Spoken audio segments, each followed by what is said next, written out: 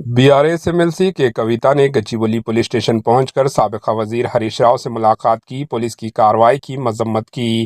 के कविता रुकन कानून साज कौंसल BRS ने कहा कि कांग्रेस हुकूमत BRS कायदीन और कैडर को जमहूरी तौर पर गिरफ्तार कर रही है। हरीश राव की गिरफ्तारी की इत्तला मिलते ही के कविता फौरी तौर पर गच्चीबौली पुलिस स्टेशन पहुंची और हरीश राव से मुलाकात की। मीडिया से बातचीत करते हुए के कविता ने रेवंत रेड्डी की ज़ेर क़यादत कांग्रेस हुकूमत पर शदीद तनकीद की। इन्होंने बताया कि MLA कौशिक रेड्डी को सुबह 10 बजे गिरफ्तार किया गया, लेकिन ताहाल रिमांड पर नहीं भेजा गया। इनकी रिहाइशगाह पर जाने वाले हमारे क़ायद साबिका वजीर व MLA हरीश राव और जगदीश रेड्डी सिमात दीगर को भी गिरफ्तार किया गया।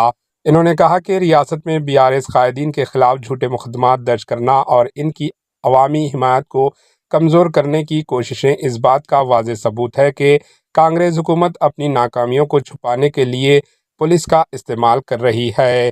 कविता ने मजीद कहा कि रियासत की अवाम BRS क़यादत पर भरपूर एतमाद रखते हैं। Bureau report, HN news. हमारे HN न्यूज़ को सब्सक्राइब करिए ताकि आपको नोटिफिकेशंस आते रहे वक्त पर।